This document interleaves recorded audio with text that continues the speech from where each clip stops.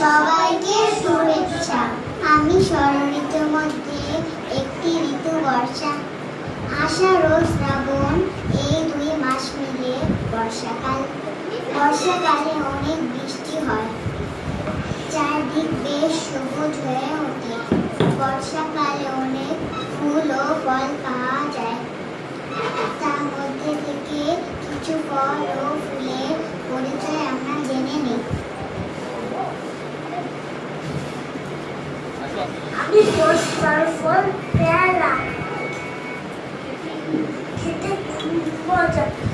কাঁচা থাকলে সবুজ হয় আর পাকলে হলুদ। পেয়ারাতে আছে প্রচুর ভিটামিন সি। তোমরা কিন্তু সবাই পেয়ারা খাবে।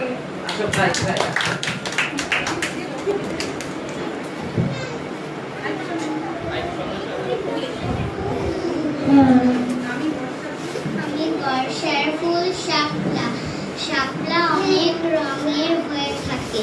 তোমরা কি জানো সাদা শাপলা আমাদের জাতীয় ফুল?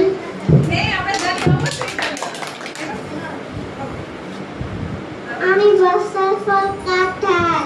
কাঁঠাল কাঁচা অথবা পাকা দুইভাবে খাওয়া যায়। এতে আছে প্রচুর ভিটামিন।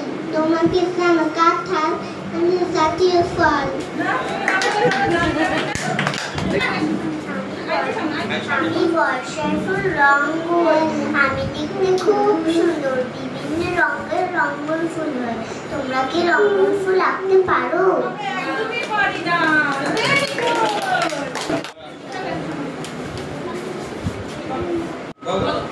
আমি বর্ষার ফল জামরুল।